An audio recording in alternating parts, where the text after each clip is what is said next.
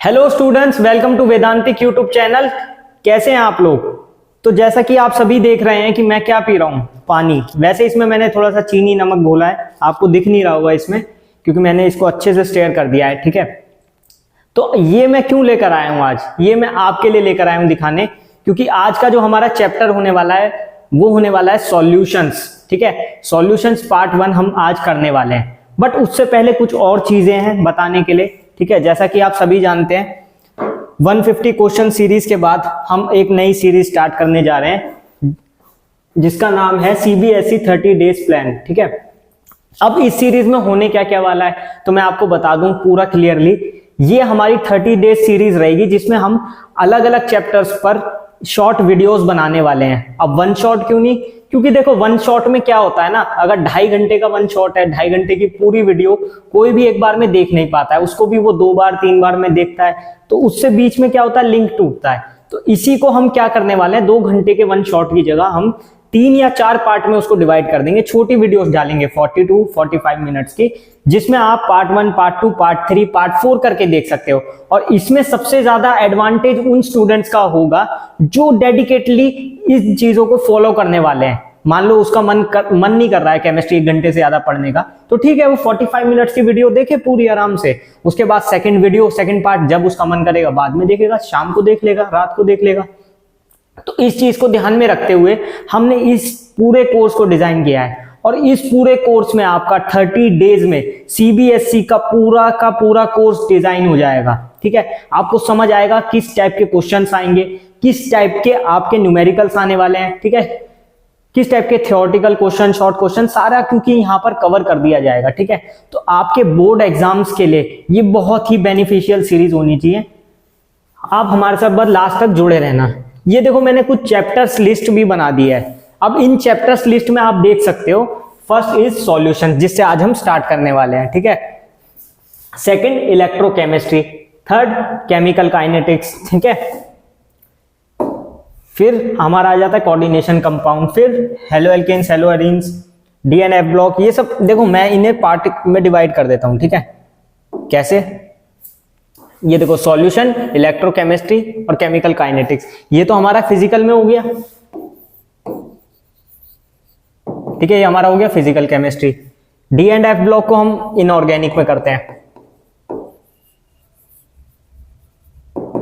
ठीक है, और बाकी सारा ये आप देख सकते हो कितना बड़ा कोर्स है। ऑर्गेनिक में 5 चैप्टर है, ऑर्गेनिक में 5 चैप्टर है ये आपके। तो ऑर्गेनिक का वेटेज बहुत हाई है। ऑर्गेनिक आपको अच्छे से आनी चाहिए अगर बोर्ड में अच्छे से आपको स्कोर करना है। ठीक है, ऑर्गेनिक और फिजिकल में से काफी ज्यादा आता है। तो ये सब हम करने वाले हैं। पहले हम सॉल्यूशन से स्टार्ट करेंगे। ठीक है, सॉल्यूशन पार्ट 1, सॉल्यूशन पार्ट 2। ठीक है, फिर इलेक्ट्रोकेमिस्ट्री पार्ट 1, पार्ट 2, पार्ट 3।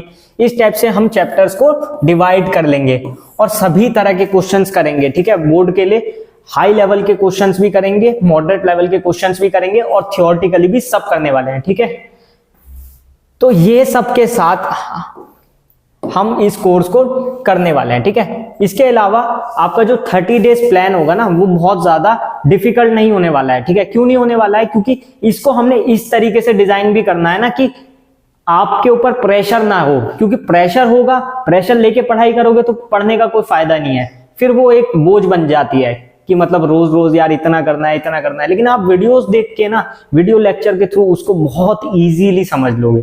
ठीक है, तो एक छोटी सी स्टोरी सुनानी थी मुझे ये स्टार्ट करने से पहले, क्योंकि ये भी जरूरी है। आपको एग्जाम के लिए मोटिवेट करना भी तो जरूरी है ना, आप क्यों पढ़े वो भी बताना जरूरी है।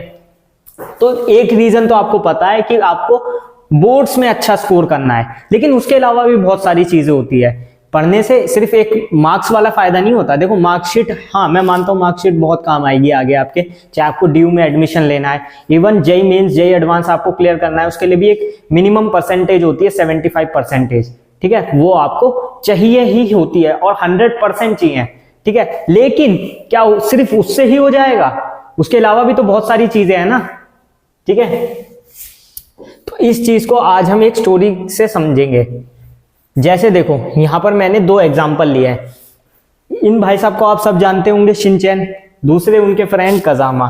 ठीक है, तो आज हम शिनचैन और कजामा की एक छोटी सी स्टोरी सुनने वाले हैं। मैं बचपन में शिनचैन बहुत देखता था, आपका मुझे पता नहीं, हो सकता है आप भी देखते होंगे, ठीक है।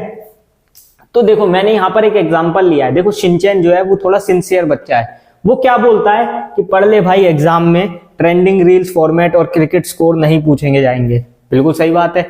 तो शिनचैन क्या है, सिंसियर है।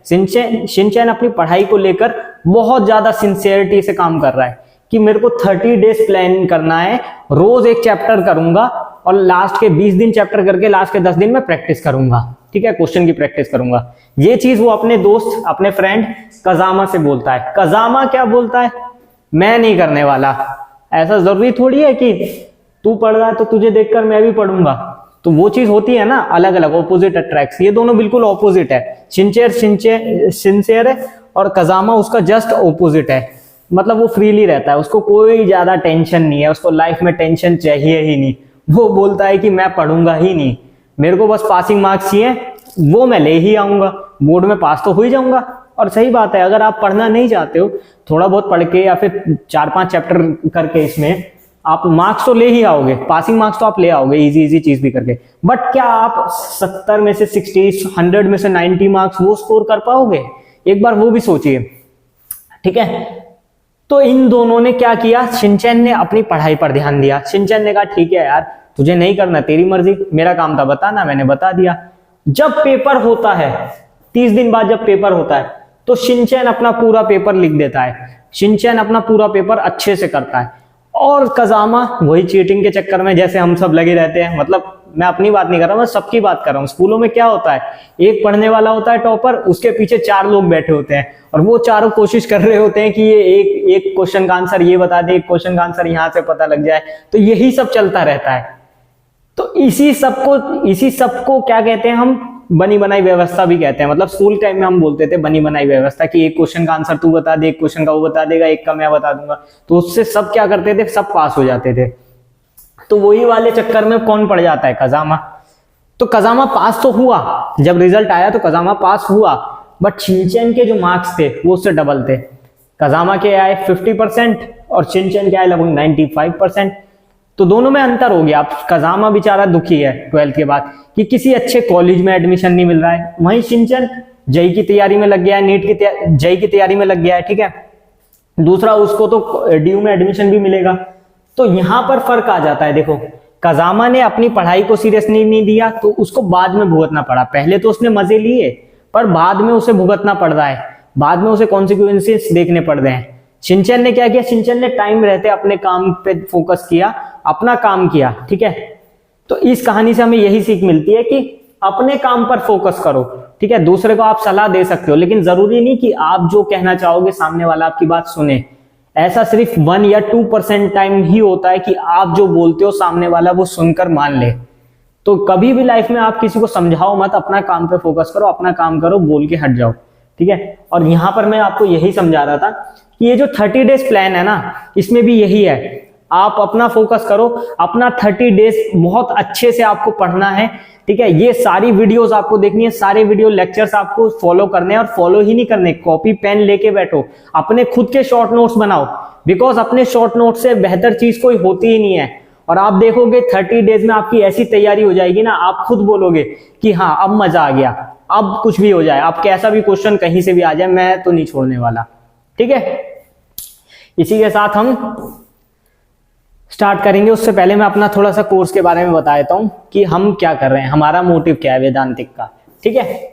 तो जैसा कि आप सभी जानते हैं कि वेदांतिक JEE, NEET, foundation, CBSE classes सब चीज प्रोवाइड करते हैं। ये मैं अपनी पहले भी पिछली बहुत सारी क्लासेस में आपको बता चुका हूं, ठीक है। यहां पर हम क्या क्या दे रहे हैं वो मैं आज बताता हूं, ठीक है। हमारे क्या क्या कोर्सेस है। तो we are providing offline classes for 9, 10, 11, 12 सभी के लिए, ठीक है। 9, 10 के लिए साइंस एंड मैथ्स, 11, 12 के लिए पीसीएम, फिजिक्स, केमिस्ट्री, मैथ्स, और उसके अलावा जेईई, नीट, इन सभी कोर्सेज, ठीक है। मैंने यहां ऊपर लिख दिया है जेईई, नीट, फाउंडेशन, सीबीएसई, ठीक है।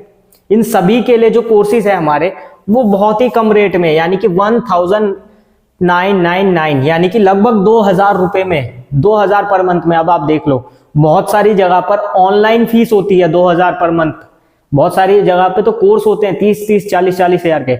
हम वही चीज आपको ऑनलाइन ही ऑफलाइन में दे रहे हैं। और जो हमारी स्ट्रेंथ है कि एक क्लास में हम 20 to 25 स्टूडेंट से ज्यादा नहीं रखेंगे, बिकॉज एक टीचर 20 to 25 स्टूडेंट्स पे ही एक बार में अच्छे से फोकस कर सकता है, तो उस चीज पर हम फोकस करते हैं, ठीक है। और 2000 पर मंथ में, यानी ऑनलाइन रेट पे आपको ऑफलाइन क्लासेस मिल रही है, इससे बड़ी कोई बात नहीं है। एड्रेस मैंने यहां पर लिख दिया है, ठीक है, ये आप एड्रेस नोट कर लीजिए। और अगर आपको कोई भी इंक्वायरी जाननी है या कोर्सेज से अलग जानना है, ठीक है, या आप फ्री 1 वीक ट्रायल भी लेना चाहते हैं ना आके, तो उसके लिए आपको क्या करना होगा, उसके लिए आपको इस कॉन्टेक्ट नंबर पर इंफॉर्म करना होगा, ठीक है। सारी जो इंफॉर्मेशन है वो आपको इस नंबर पे मिल जाएगी, ठीक है। ऑफिशियल वेबसाइट पे आप हमारे बारे में जान सकते हो, ठीक है, सारी चीज मैंने यहां पर दे दी है। और अगर आप कहेंगे तो मैं एक टेलीग्राम लिंक भी व्हाट्सएप के डिस्क्रिप्शन में प्रोवाइड करा दूंगा, आप वहां पर भी ज्वाइन हो सकते हो, ठीक है। बाकी ये व्हाट्सएप चैनल है, आप इस पे ज्वाइन कर सकते हैं, ठीक है। अब इसके बाद आगे बढ़ते हैं हम अपने चैप्टर की तरफ, सॉल्यूशंस, ठीक है। इसको हम बहुत ही मजे से समझने वाले हैं, ठीक है, इतना मजे से समझेंगे कि याद हो जाए इस वीडियो में, ठीक है। मैं एक और बार आपको दिखा देता हूं अपना वाटर ग्लास।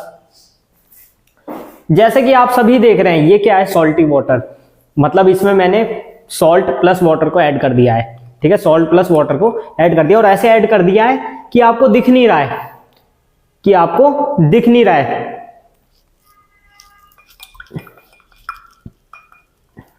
देखो लग रहा है ना, एकदम ऐसा लगेगा जैसे पानी है, बट इसमें नमक ऐड है, आपको पता नहीं चल रहा है। तो ये भी एक सॉल्यूशन है।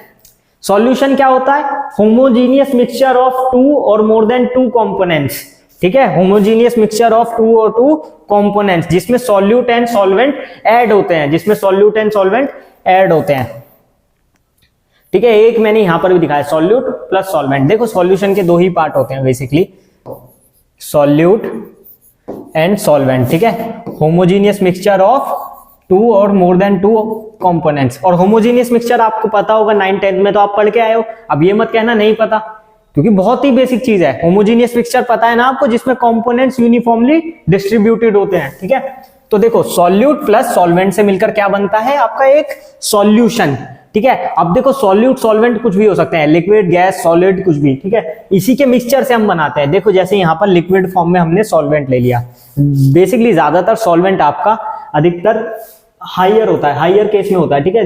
हायर नंबर ऑफ वॉल्यूम किसका होगा, सॉल्वेंट का होगा ज्यादातर, सॉल्यूट का कम होता है। जैसे इस वाले में आप देखो तो सॉल्वेंट वाटर था, ठीक है, सॉल्यूट क्या था, नमक, ठीक है।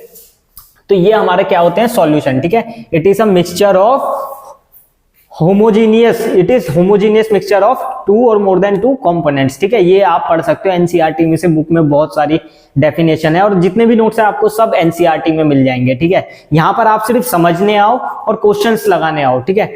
आपको मेरा मोटिव क्या है, न्यूमेरिकल समझाना, क्वेश्चन समझाना, या थ्योरी को समझाना, कॉन्सेप्ट समझाना, ठीक है। तो आपका ध्यान उसी पे होना चाहिए, और कॉपी पेन लेकर बैठो, लिखते रहो सब, ठीक है। तो सॉल्यूशन हमने समझ लिया। अब देखो सॉल्यूशन में भी बहुत सारी चीज आती है, जैसे लिक्विड लिक्विड, ठीक है, क्या होता है, liquid liquid, gas liquid, solid liquid. यहां ऊपर मैंने जैसे सॉल्यूट ले लिया, ये मेरा हो गया सॉल्यूट, सॉलिड, और ये हो गया सॉल्वेंट, ठीक है। तो सॉल्वेंट अगर लिक्विड लिक्विड है तीनों में, और सॉल्यूट अगर मैंने चेंज करता रहा, लिक्विड ले लिया, एक बार गैस ले लिया, एक बार सॉलिड ले लिया, तो इसका जो सॉल्यूशन है वो भी चेंज हो जाएगा, क्योंकि सॉल्यूशन इन दोनों से मिलके बनता है, सॉल्यूशन तो इन दोनों से मिलके बनेगा।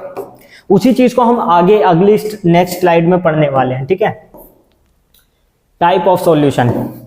अब देखो मैंने बताया ना आपको, जैसे कि अगर हम सॉल्यूट को चेंज कर दें और सॉल्यूशन को सॉल्यूट को चेंज कर दें और सॉल्वेंट को चेंज कर दें, तो सॉल्यूशन अपने आप चेंज हो जाता है। तो वही यहां पर होगा। देखो गैसियस सॉल्यूशन कौन सा होगा, मतलब इसमें एक तो गैस होगी, गैसियस सॉल्यूशन मतलब इसमें एक तो गैस होगी, या तो सॉल्यूट गैस होगी या सॉल्वेंट गैस होगी। ऐसा नहीं हो सकता कि सॉल्यूट और सॉल्वेंट में से एक भी गैस फॉर्म में ना हो, ऐसा हो ही नहीं सकता। जैसे यहां देखो गैस गैस, तो mixture of oxygen and nitrogen gas, ये एग्जांपल दे दिया। गैस गैस मतलब गैसियस सॉल्यूशन, लिक्विड गैस मतलब गैसियस सॉल्यूशन, सॉलिड गैस मतलब गैसियस सॉल्यूशन, ठीक है। एग्जांपल यहां पर लिखे हुए हैं, chloroform mixture with nitrogen gas, camphor in nitrogen gas, ठीक है। तो गैसियस सॉल्यूशन में क्या जरूरी है, कम से कम एक का गैस होना, ठीक है। अब आप ये भी तो कह सकते हो लिक्विड गैस है तो लिक्विड सॉल्यूशन क्यों नहीं बोल रहे, क्योंकि इसमें से एक तो लिक्विड है, बात तो सही है।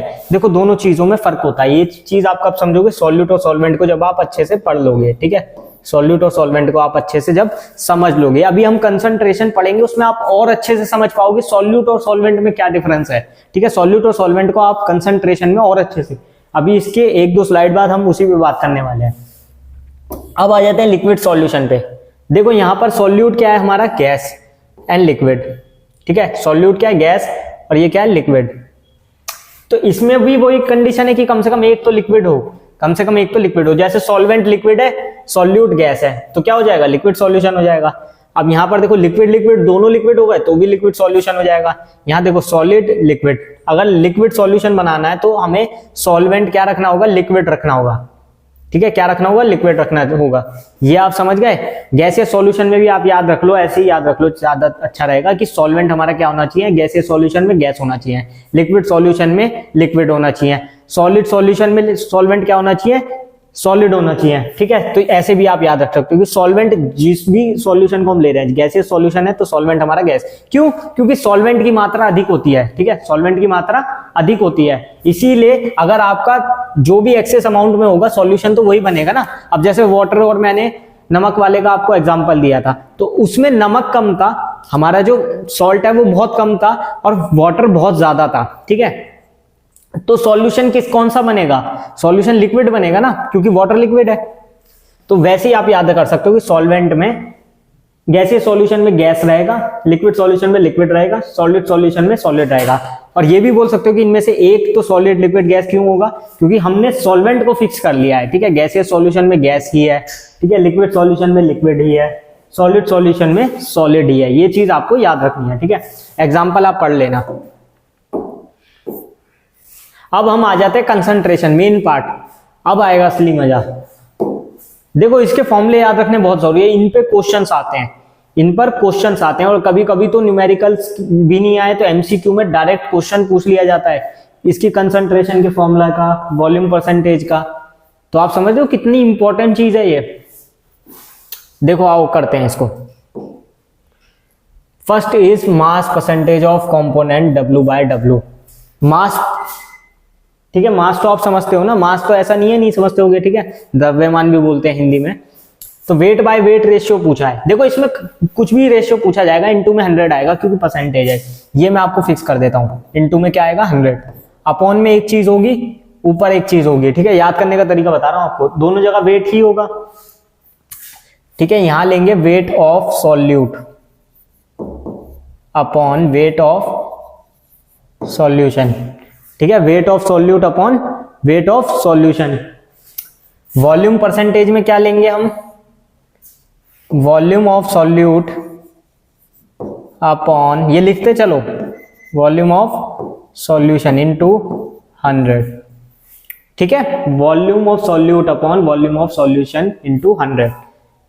ये वाले का भी देख लेते हैं, ठीक है। Mass by volume percentage. अब मास बाय वॉल्यूम परसेंटेज यानी W/V, यानी ऊपर क्या होना चाहिए W, नीचे क्या होना चाहिए वॉल्यूम। तो देखो W of solute upon volume of solution into 100। बताओ ठीक है कि नहीं, देख के बताओ जल्दी। तो मैंने इन तीनों के फॉर्मूलाज लिख दिए हैं आपको, ठीक है। Wait of solute upon weight of solution, ठीक है। मास परसेंटेज के लिए क्या करेंगे, wait of solute upon weight of solution into 100, या mass of solute upon mass of solution, ठीक है, कैसे भी बोल लो। W/W है इसलिए मैंने W सॉल्यूट W सॉल्यूशन लिख दिया है, ठीक है। V/V में क्या करेंगे, दोनों के वॉल्यूम ले लेंगे, सॉल्यूट का भी और सॉल्यूशन का भी। तो V solute upon V solution into 100, ठीक है। ऐसी हम मास बाय वॉल्यूम परसेंटेज देखेंगे तो W सॉल्यूट यानी wait of solute upon volume of solution into 100, ठीक है। तो इसी के साथ ये मास कंसंट्रेशन हमारी खत्म होती है, ठीक है। एक मिनट मैं पानी पी लेता हूं। देखो ये इजी क्वेश्चन है, इजी क्वेश्चन है, आप कर सकते हो इसको।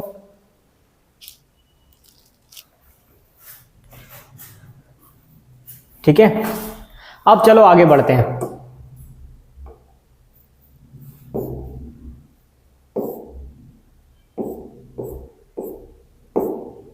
हाँ ये रही, पहले हम इसी को कंसंट्रेशन वाले पार्ट को ही करेंगे, ठीक है, फिर क्वेश्चन भी करेंगे इस पे एक दो।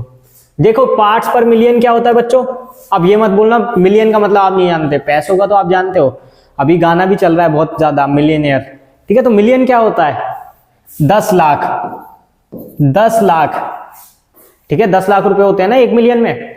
तो इसको मैं कैसे लिख सकता हूं, 10 की पावर 6, क्यों, क्योंकि 1 लाख में कितनी जीरो होती है, 5, 10 लाख में कितनी हो गई, 6, तो 10 की पावर 6, 10 की पावर 6 हो जाएगा, ठीक है। तो पार्ट्स पर मिलियन कुछ नहीं है, नंबर ऑफ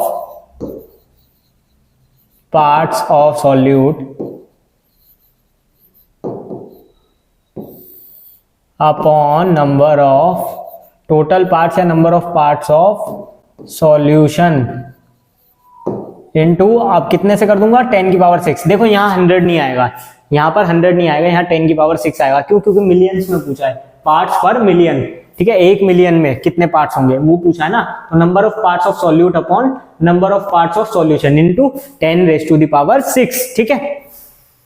अब आ जाते हैं मोल फ्रैक्शन की तरफ। मोल फ्रैक्शन क्या होता है, काई से प्रेजेंट करते हैं, कुछ लोग इसको कैपिटल एक्स भी लिख देते हैं, ठीक है, वैसे मैं काई से ही करूंगा। ये क्या होता है, इसमें देखो नंबर ऑफ मोल्स की बात आती है। नंबर ऑफ मोल्स आप मोल कॉन्सेप्ट में 11th क्लास में पढ़ चुके हो, क्या होता था number of moles, given mass या फिर जो भी मास दिया होता था या जो वेट गिवन होता था अपॉन में नंबर ऑफ वो मोलिकुलर मास।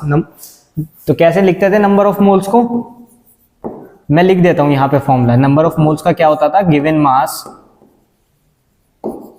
अपॉन मोलर मास, अपॉन मोलर मास। इसको किससे प्रेजेंट करते थे, एन से, ठीक है, स्मॉल एन से। तो नंबर ऑफ मोल्स small N equals to given mass upon molar mass, ठीक है। तो देखो काय क्या हो जाएगा मेरा, N A upon N A plus N B. अब आप करोगे एन ए एन बी क्या है, तो मैं बता देता हूं आपको। इसमें 2 कंपोनेंट होते हैं, ठीक है, जैसे मान लो ए के नंबर ऑफ मोल्स हैं एन ए, ठीक है, बी के नंबर ऑफ मोल्स हैं एन बी, ठीक है। तो मोल फ्रैक्शन मुझे निकालना था, मान लो ए के लिए अगर मुझे मोल फ्रैक्शन निकालना है तो मैं लिख देता हूं chi A, n A upon N A plus N B. अगर मुझे यही बी के लिए निकालना हो काई बी, तो क्या हो जाएगा, N B upon N A plus N B, ठीक है। अपॉन में जो हम रखेंगे ना, देखो जो अपॉन में हम रखेंगे वो टोटल नंबर ऑफ मोल्स रखेंगे, ठीक है, टोटल नंबर ऑफ मोल्स, और जिसके लिए निकाल रहे हैं उसके नंबर ऑफ मोल्स को हम ऊपर रख देते हैं, ठीक है। इतनी बात समझ आ जाएगी। मोलैरिटी, मोलैरिटी का मतलब क्या होता है, ये भी आप सब पढ़ चुके हो। देखो अगर आपने मोल कॉन्सेप्ट पढ़ा है ना, तो सॉल्यूशंस आपके लिए कुछ नहीं है, सॉल्यूशन बहुत इजी चैप्टर हो जाएगा अगर आपको मोल कॉन्सेप्ट के बेसिक आते हैं। 11th क्लास में आपने चैप्टर भी पढ़ा होगा ना, some basic concepts of chemistry. तो देखो 11th की जो केमिस्ट्री आपने पढ़ी है वो यहाँ काम आ रही है। मोलैरिटी क्या होता है, इसको हम कैपिटल एम से दिखा देते हैं, वैसे तो मोलर मास भी कैपिटल एम से दिखाते हैं, तो आप सोच सकते हो मोलैरिटी को किससे दिखाएं, पर फिर भी चलो मैं यहाँ स्मॉल में एम से लिख लेता हूँ, या फिर कुछ भी लिख सकते हो आप, आपके ऊपर है, वो डिपेंड करता है, ठीक है। मोलैरिटी क्या होती है हमारी, नंबर ऑफ मोल्स ऑफ, या चलो नंबर ऑफ मोल्स ही लिखो अभी, ठीक है, पूरी बात नहीं लिखवाते, नंबर ऑफ मोल्स अपॉन, वैसे बेसिकली क्या होता था molarity, number of moles upon volume of, volume इन किस में होना चाहिए था, लीटर में कि एमएल में, volume of solution in litre. तो ये चीजें याद रखा करो, volume of solution in litre, यही होता था ना। ये लिख दो number of moles of solute, ठीक है। अब लिख दो सॉल्यूट, ये मैंने आपको समझाने के लिए जानबूझ के रोका था, अब मैं लिख रहा हूं पूरा, क्योंकि ये सॉल्यूशन है, सॉल्यूट है, ठीक है। तो नंबर ऑफ मोल्स किसके लेने हैं, सॉल्यूट के, वॉल्यूम किसका लेना है, सॉल्यूशन का। समझ आ गया। मोलैलिटी देखो इससे मिलता जुलता है, इसको स्मॉल एम से दिखा दो, इसको मैं क्या लिखता था, नंबर ऑफ, देखो ऊपर का सेम रहेगा, number of moles of solute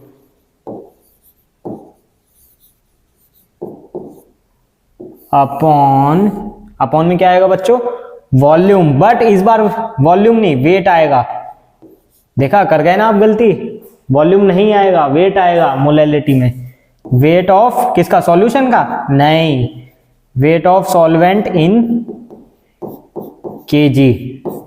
तो ये याद रखो, आप कंफ्यूज हो जाते हो। मोलैलिटी का मैंने देखा सबको याद रहता है, number of moles upon volume of solution in litre, लेकिन मोलैलिटी में गलती कर जाते हैं, तो याद रखो number of moles upon volume of solvent, volume of solvent याद कर लो, volume of solvent in KG. ठीक है, यहां सारे के सारे मैंने आपको फॉर्मूलाज लिख दिए हैं, इसका आप स्क्रीनशॉट ले लेना। एक क्वेश्चन रह जाता है, क्वेश्चन देख लेते हैं पहले। वो क्वेश्चन मैंने जानबूझ के रोका था क्योंकि फ्लो चल रहा था, तो मुझे लगा कि पहले फॉर्मूलाज ही लिख देने चाहिए, पहले थोड़ा सा बता ही देना चाहिए, क्योंकि कोई फायदा नहीं था फिर उसके बिना क्वेश्चन करवाने का। अब आपको क्वेश्चन समझ आएगा। ठीक है, a solution contains 20 grams of urea dissolved in 80 gram of water, the percentage by weight of urea in the solution is. देखो अच्छा क्वेश्चन है, बहुत ही अच्छा क्वेश्चन है। ये क्वेश्चन हम साथ में करने वाले हैं। ठीक है, आप भी कॉपी पेन लेके बैठो और इसको सॉल्व करो।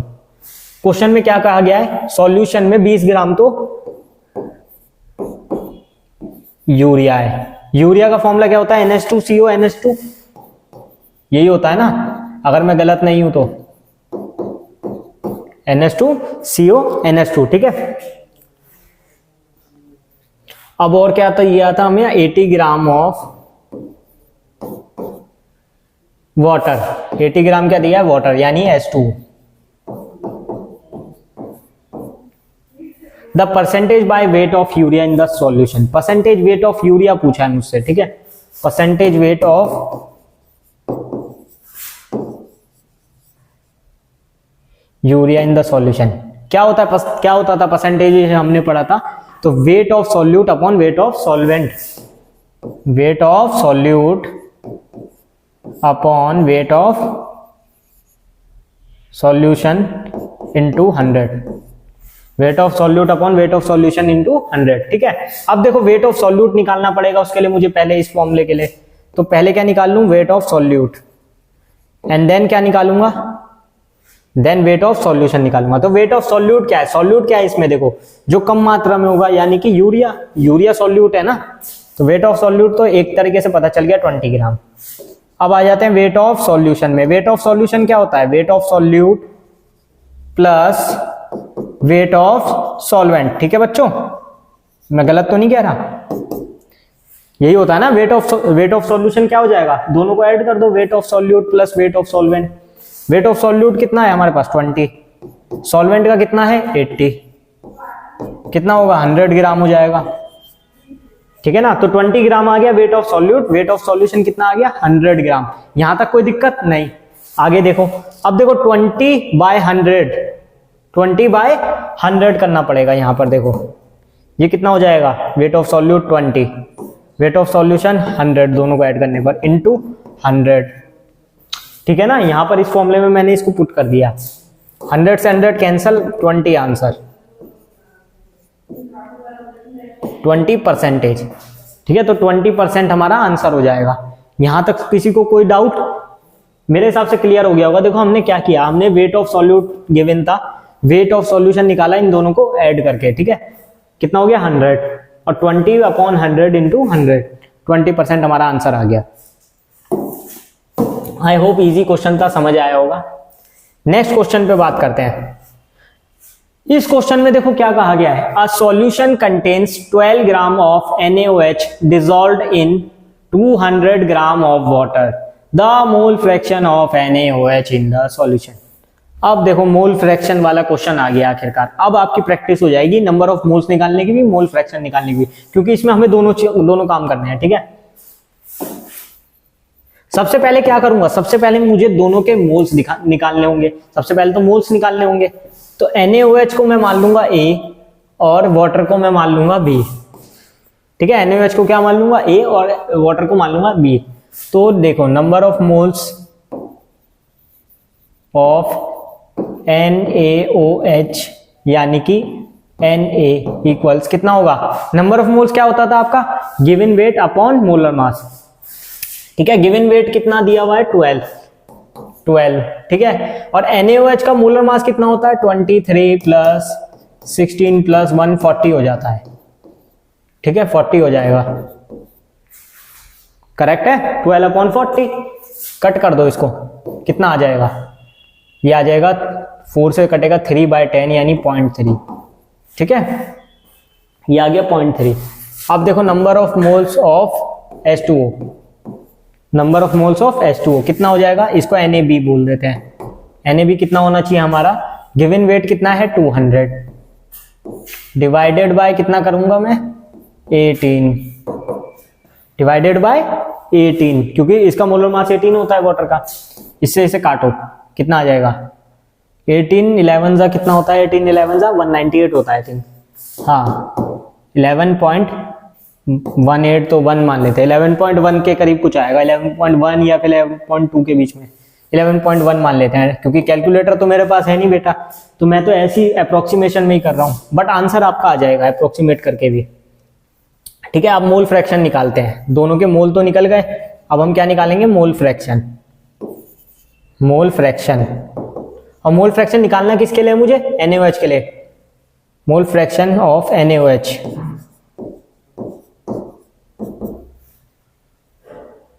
क्या हो जाएगा, देखो क्या होता था Na/Na + Nb, ये होता था ना। Na किसका है, Na है NaOH का, और उसी का हमें मोल फ्रैक्शन निकालना है। कितना हो जाएगा Na 0.3/0.3 + 11.1 इक्वल्स टू 0.3/11.4। अब इसको सॉल्व करो, देखो इसको सॉल्व करेंगे तो कितना आ जाएगा लगभग, देखो मुझे 0.0 लेना पड़ेगा, 0 पॉइंट लिया तो 1.14 होगा।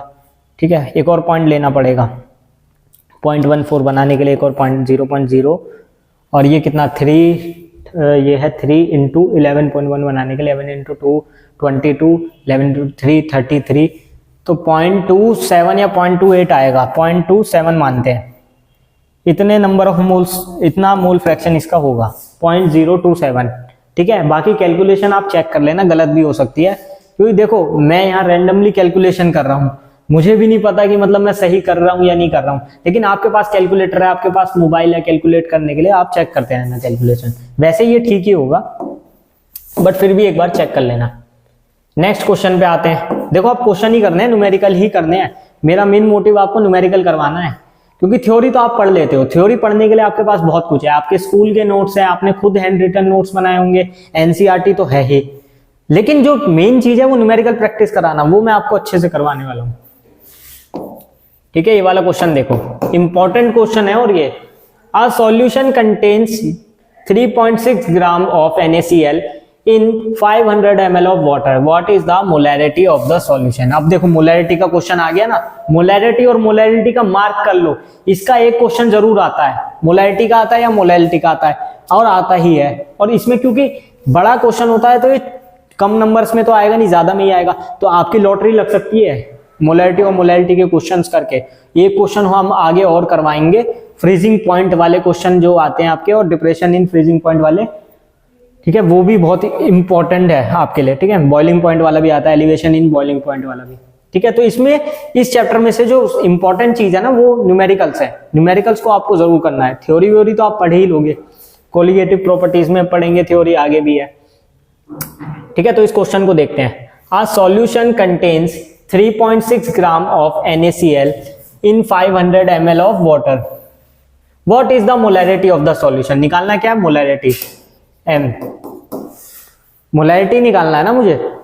और मोलैरिटी का फॉर्मूला क्या होता है, number of moles of solute upon molarity है, मोलैरिटी नहीं है, वेट ऑफ सॉल्वेंट मत बोल देना, क्या होता है वॉल्यूम ऑफ सॉल्यूशन।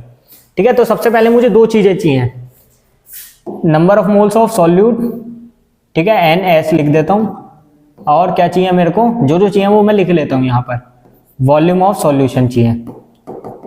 ये दो चीज मुझे निकालनी पड़ेगी पहले। ठीक है, और क्या क्या गिवन है, पहले तो मैं क्या निकाल लूं, इसके नंबर ऑफ मोल्स NaCl के, क्योंकि देखो इस सॉल्यूशन में NaCl in 500 ml of water, तो NaCl यानी नमक जो है वो पानी के अंदर है, तो सॉल्यूट क्या होगा, NaCl होगा। ठीक है, तो निकाल लो number of moles of solute यानी NaCl, number of moles of NaCl का हो या सॉल्यूट का हो, एक ही बात है। N इक्वल्स टू कितना होगा, गिवन मास यानी कि 3.6 अपॉन मोलर मास, और वो इसका कितना होता है 40। ये तो अभी हमने पहले भी देख लिया ना, तो आपको पता चल गया। ठीक है, 3.6 नहीं है, वो NaOH का था, वो तो NaOH का था, ये NaCl है, इसका नहीं होगा। इसका कितना होना चाहिए, 23 + 35.5 इक्वल्स 58.5। हाँ, तो इसका इतना नहीं होगा, 58.5 होगा। 3.6 इंटू 58.5। तो दोबारा लिख देता हूं मैं यहाँ पर, कोई दिक्कत नहीं है। एक आध मिनट मेरा ज्यादा भी लगे लेकिन आपको समझ आना चाहिए, ठीक है। मेरे को एक्स्ट्रा लिखने में कोई दिक्कत नहीं है। Number of moles of NaCl या सॉल्यूट, एक ही बात है ना। कितना हो जाएगा, इक्वल्स टू 3.6 इंटू अपॉन 58.5 जो अभी निकाला हमने, ठीक है 58.5। इसको ऐसी चीज छोड़ दो क्योंकि बाद में कैलकुलेट करेंगे, हो सकता है कट जाए। अभी इसको ऐसे छोड़ो, ठीक है। वॉल्यूम ऑफ सॉल्यूशन कितना हो जाएगा, volume of solution, volume of solution, ठीक है ना। तो सॉल्यूशन में सिर्फ वाटर ही है, तो क्या होगा 500 अपॉन 1000। अब आप कहोगे मैंने 1000 से क्यों लिखा, अरे भाई उसको लीटर में भी तो चेंज करना है, वॉल्यूम को लीटर में नहीं चेंज करूंगा। तो कितना आ जाएगा ये 1/2 लीटर। 500/1000 1/2 हो जाएगा, ठीक है। अब निकालते हैं हम मोलैरिटी,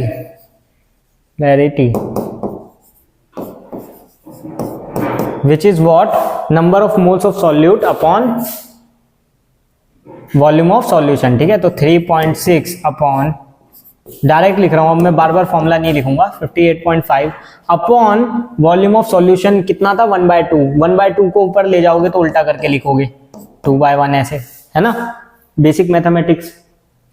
कितना हो जाएगा 7.2 अपॉन 58.5। इसको सॉल्व करो, कितना आता है जल्दी बताओ। ये लगभग देखो 7 8 56, लगभग 1/8 के टाइम्स कटेगा, लगभग 1/8 कह रहा हूं। तो 0.12 इस टाइप से आना चाहिए मेरे ख्याल,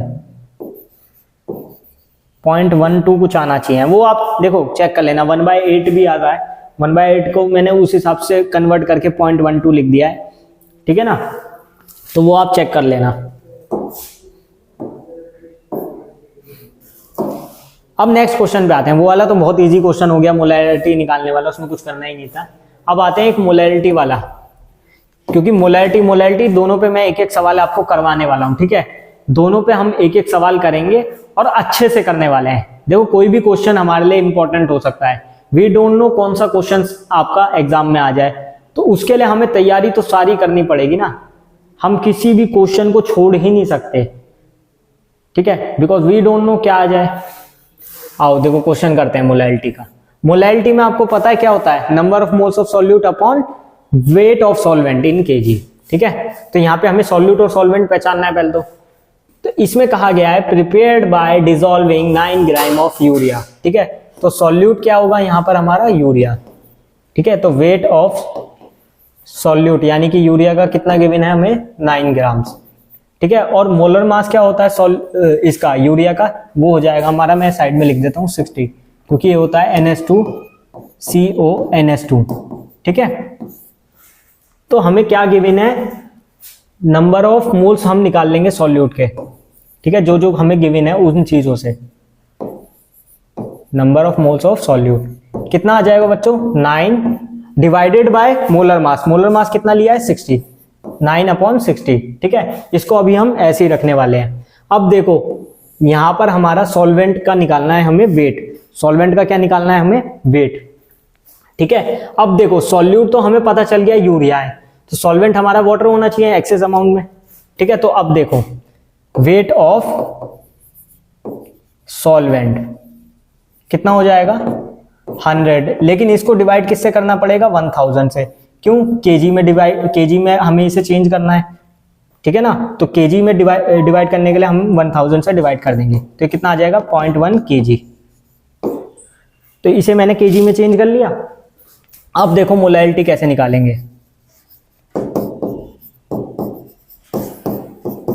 मोलैरिटी का फॉर्मूला क्या होता था, number of moles of solute upon weight of solvent in KG, ठीक है।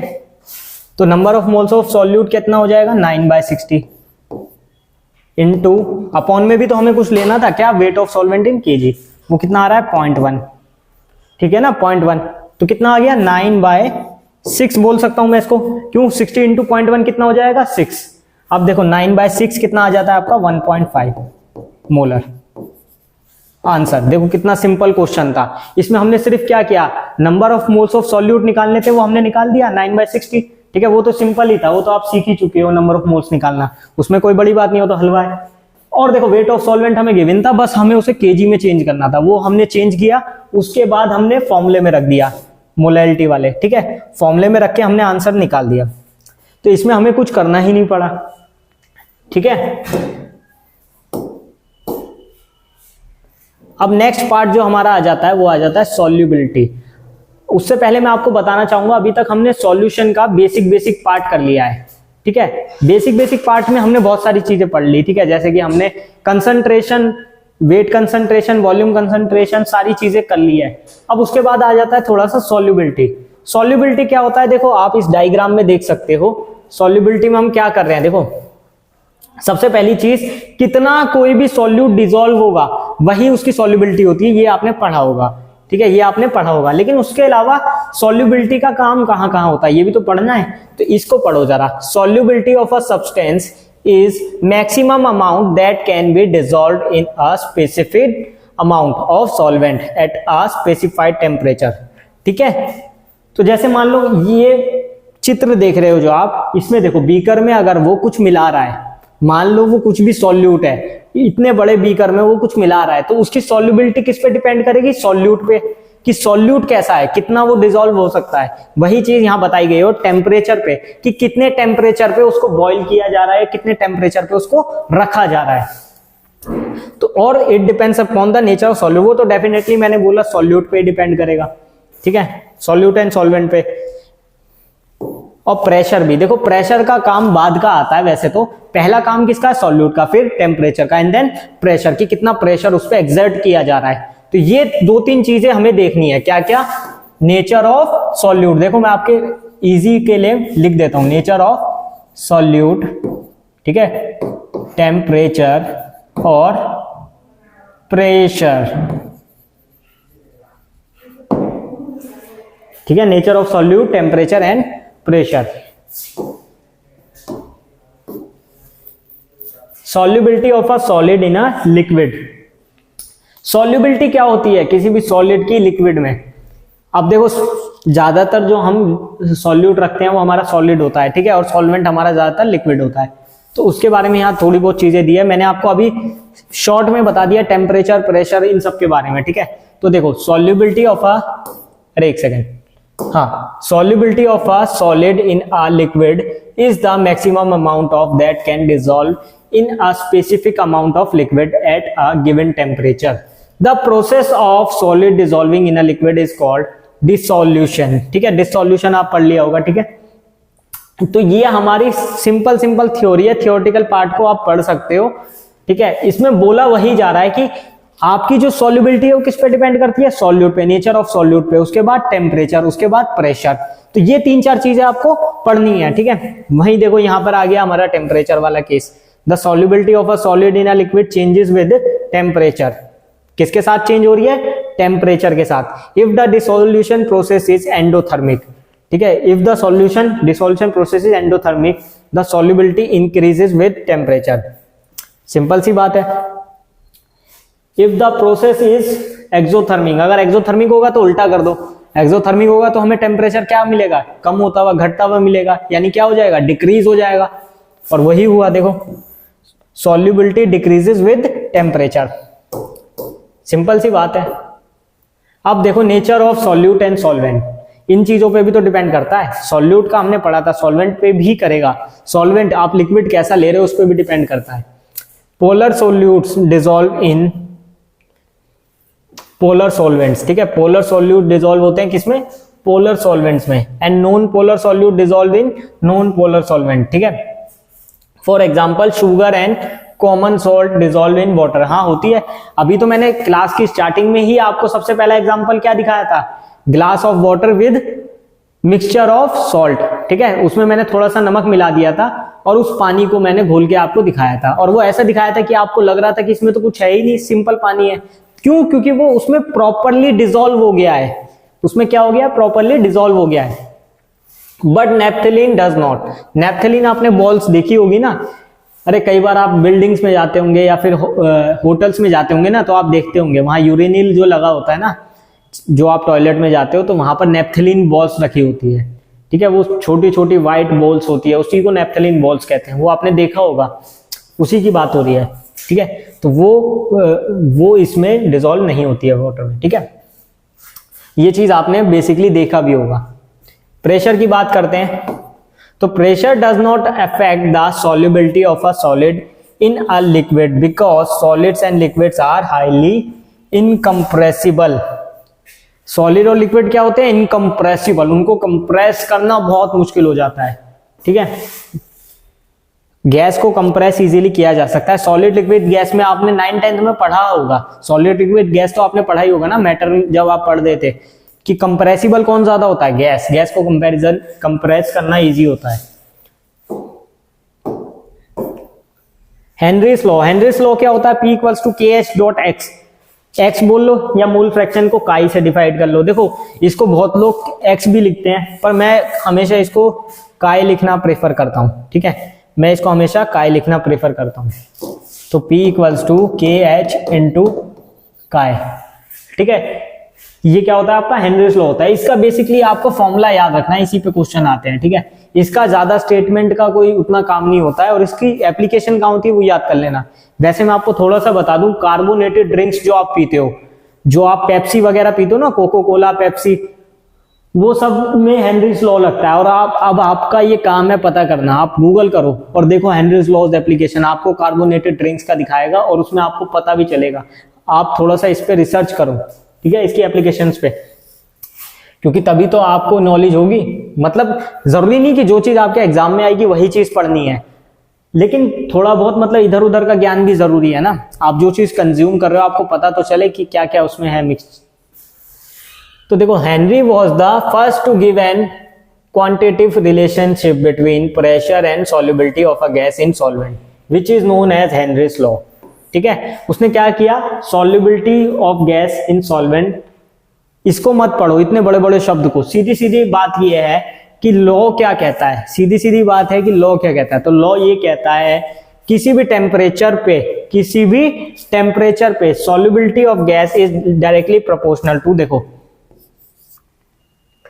Proportional to the partial pressure of the gas present above the surface of liquid और सॉल्यूशन, ठीक है। या फिर इजी वे में अगर मैं समझाऊं तो क्या करो, ये क्या होता है, हमारा वेपर प्रेशर होता है, ये डायरेक्टली प्रोपोर्शनल किसके हो जाएगा, मोल फ्रैक्शन के।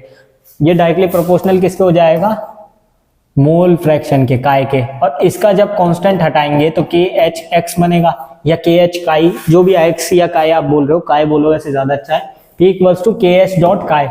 अब ये जो KH आया ये आपका हेनरी कांस्टेंट होता है, जो KH आया वो क्या होता है आपका, हेनरी कांस्टेंट, ठीक है। तो आप ऐसे ही याद कर लो, partial pressure of the gas in vapour phase is proportional to the mole fraction of gas, ठीक है, मोल फ्रैक्शन ऑफ गैस।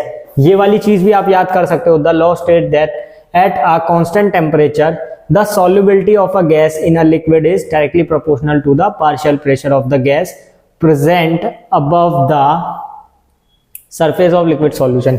ये डिफिकल्ट होगा, ये वाला इजी रहेगा, तो ये वाला आप लिख सकते हो, ठीक है। फॉर्मूला आपको याद रखना है, एप्लीकेशन थोड़ा सा आप पढ़ लेना, बुक में भी है, और थोड़ा सा आप गूगल से भी कर सकते हो। वैसे मैंने आपको बेसिक तो आपको बता दिया है, ठीक है। तो यही है, देखो रिवीजन क्लास है तो इसमें पूरा का पूरा हमें नहीं लेके चलना है, पूरा एनसीईआरटी की बुक खोली और पूरी एनसीईआरटी की बुक यहाँ रख दी, नहीं। हम करेंगे बेसिकली इंपॉर्टेंट टॉपिक्स। वैसे तो मैं कोशिश करता हूँ सारा कुछ कवर किया जाए, और इसमें करेंगे भी हम आगे भी, सेकंड पार्ट में भी सारा कुछ हम लेकर आएंगे, लेकिन थोड़ा बहुत हम छोड़ भी देते हैं, क्योंकि हमें ज्यादा फोकस किस पे करना है, न्यूमेरिकल्स के ऊपर, या जो भी इंपॉर्टेंट फॉर्मूलाज है, इंपॉर्टेंट डेरिवेशंस है, उसके ऊपर ज्यादा हमको फोकस करना है, ठीक है। तो आज की क्लास यहीं खत्म होती है। आई होप आप सभी को मजा आया होगा। बहुत लंबी क्लास नहीं की है, बिकॉज आपको छोटे छोटे पार्ट्स में पार्ट वाइज ये चीज करवानी है और समझानी है, ठीक है। आगे के लिए हमारे साथ जुड़े रहें, नेक्स्ट पार्ट्स बहुत जल्दी जल्दी आपके आने वाले हैं, ठीक है। तो अगर आपको वीडियो अच्छी लगी हो तो like, share, subscribe and comment करके जरूर बताना कि आगे किस टाइप की वीडियोस आपको और चाहिए इस चैप्टर के बाद। ठीक है, तो तब तक के लिए थैंक यू।